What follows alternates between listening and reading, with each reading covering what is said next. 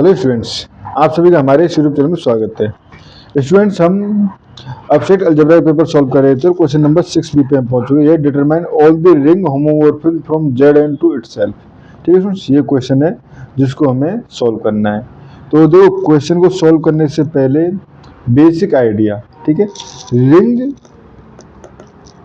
Homomorphism क्या होना चाहिए होता है। होमोमॉर्फिज्म, ठीक है, रिंग होमोमॉर्फिज्म क्या होता है? आ फंक्शन फाई, ठीक है, जो कि R2S में डिफाइन है, इज अ रिंग होमोमॉर्फिज्म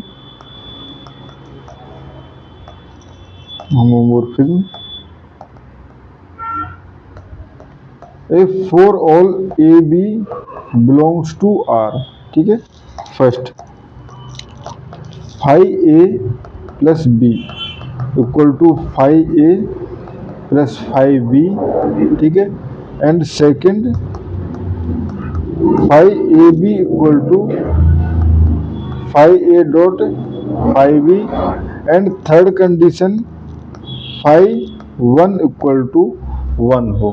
ठीक है, यानी if ring have unity and we consider unity preserving maps. ठीक है, तो ये हमारे पास कंडीशन है, तो उस कंडीशन हम कहते हैं कि फाई जो है वो रिंग होमोमॉर्फिज्म होती है। ठीक है, अब हम बात करें जेड एन। जेड एन क्या इंडिकेट करता है? बेसिकली जेड एन होता है हमारे पास 0 1 2 डॉट डॉट n माइनस 1 तक के सभी एलिमेंट्स। ठीक है, n माइनस 1 तक के सभी एलिमेंट्स। ठीक है, तो ये हो गया। तो बेसिकली एवरी एलिमेंट इसका के इक्वल टू किस तरह लिखा जा सकता है? 1 प्लस 1 प्लस डॉट डॉट 1। ठीक है, so every element is determined by the के। ठीक है, तो यहाँ से हम कह सकते हैं अ homomorphism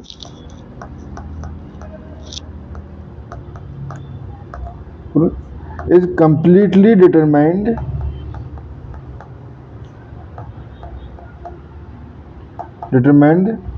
by the value of 1, by the value of phi 1। ठीक है, तो अब हम सॉल्व करते हैं। ठीक है, तो हमें क्या दिया हुआ है कि हमारे पास phi Z N to Z n be R ring. ठीक है, determine the Z N to itself. ठीक है, now determine Z N to Z n, ठीक है, बी आर रिंग होमोमॉर्फिज्म।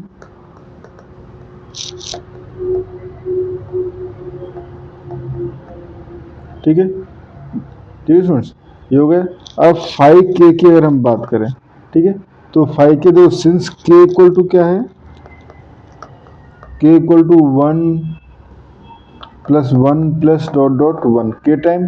ठीक है, तो यूजिंग होमोमॉर्फिज्म प्रॉपर्टी हम क्या कह सकते हैं? Phi K equal to K dot phi 1। ठीक है, तो हम कह सकते हैं सो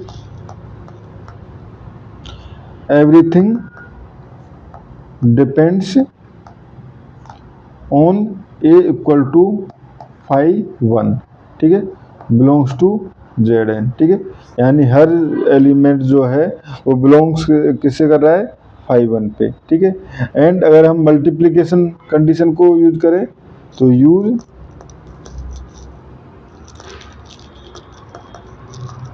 मल्टीप्लिकेशन कंडीशन, तो देखो phi 1 dot 1 equal to phi 1 dot phi 1।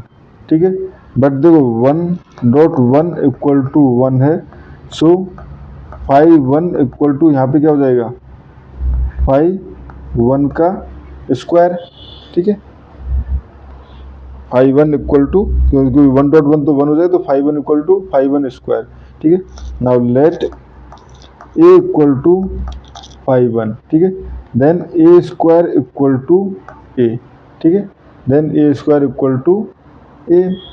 ठीक है, तो यहाँ से ये हो गया, बेसिकली ये ए हो गया, ये ए स्क्वायर इक्वल टू ए, या हम कहें ए माइनस 1। ठीक है, कॉन्ग्रुएंट टू होना चाहिए 0 मोड एन के। ठीक है, यानी ए स्क्वायर माइनस ए जो है वो बेसिकली डिविजिबल होगा एन से, ठीक है। Also we can use condition, also we can use condition n dot one equal to zero, ठीक है। तो in Z n basically n dot one equal to zero, तो five N dot one equal to zero implies five zero equal to zero, ठीक है। Five N dot one basically हमारे पास five zero हो जाएगा ना, तो ये हो जाएगा हमारे पास फाइव, ये हो गया, ठीक है। Phi zero equal to zero, but phi N dot one equal to क्या है हमारे पास, एन डॉट फाइव वन भी है, ठीक है। एम्प्लाइज ये फाइव वन क्या है, ए तो एन डॉट ए, ठीक है। सो हम कह सकते हैं N A will congruent to zero mod N, ठीक है। N A will congruent to zero mod N, ठीक है। तो ये हो गया हमारे पास। तो बेसिकली हम कह सकते हैं दिस इज ऑटोमेटिकली ट्रू होता है for A belongs to Z N, क्योंकि हमारे पास एन तो डिविजिबल हो जाएगा ना, ठीक है। तो और एक्स्ट्रा रेस्ट्रिक्शंस कोई हमारे पास यहाँ है नहीं, ठीक है। नाउ हमें क्या चाहिए, ए स्क्वायर कॉन्ग्रुएंट टू या a square minus a congruent to zero mod N, ठीक है। या हम कहें n divide a square minus a, या हम कहें n divide a minus one, ठीक है। N divide a minus one, ठीक है।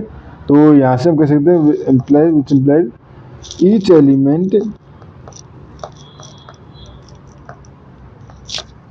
Element a belongs to Z n satisfying